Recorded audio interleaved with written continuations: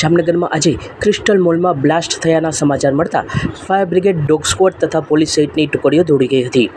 નજીકમાં જ સરુ section road ઉપર પણ બોમ્બ પડતા રોડમાં ભૂવો પડી ગયો હોવાનો પણ અહેવાલ આવ્યો હતો.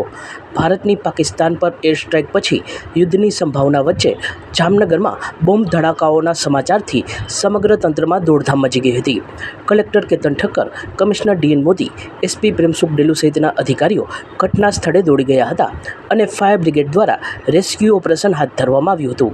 સરુ સેક્શન રોડ પર પડી ગયેલ ભૂવો પણ તાત્કાલિક બુરી દેવામાં આવ્યો હતો.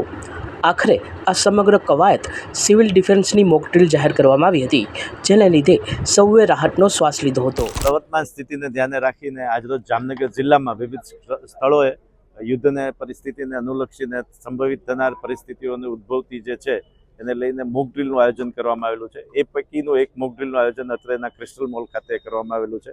આ વિવિધ સ્થિતિને પહોંચી વળવા માટે અને તંત્રની તૈયારીઓને અત્રે ચકાસણી કરવામાં આવી રહી છે તથા લોકોને પણ આ બાબતે કોઈપણ જાતની ગભરાટ ન થાય અને લોકોનો તંત્રમાં વિશ્વાસ અડીખમ રહે તે માટેની પણ તૈયારીઓ કરવામાં આવી છે.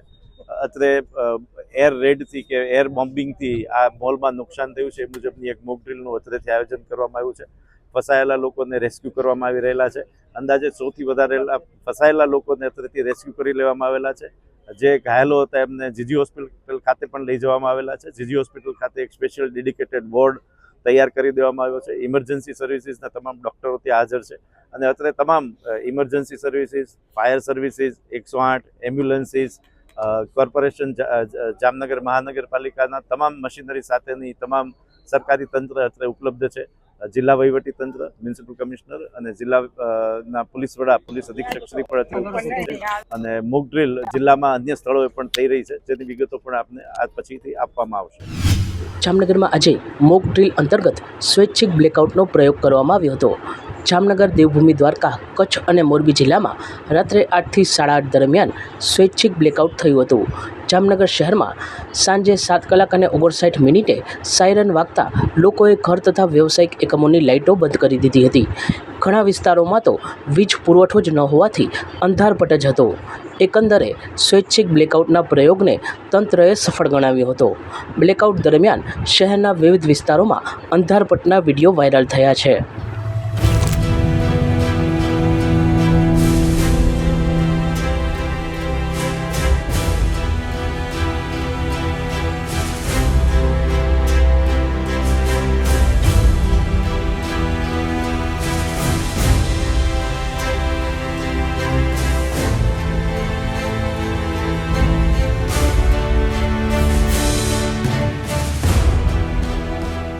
સચોટ સમાચારો સૌથી ઝડપી મેળવવા માટે અમારી ચેનલને સબસ્ક્રાઇબ કરો.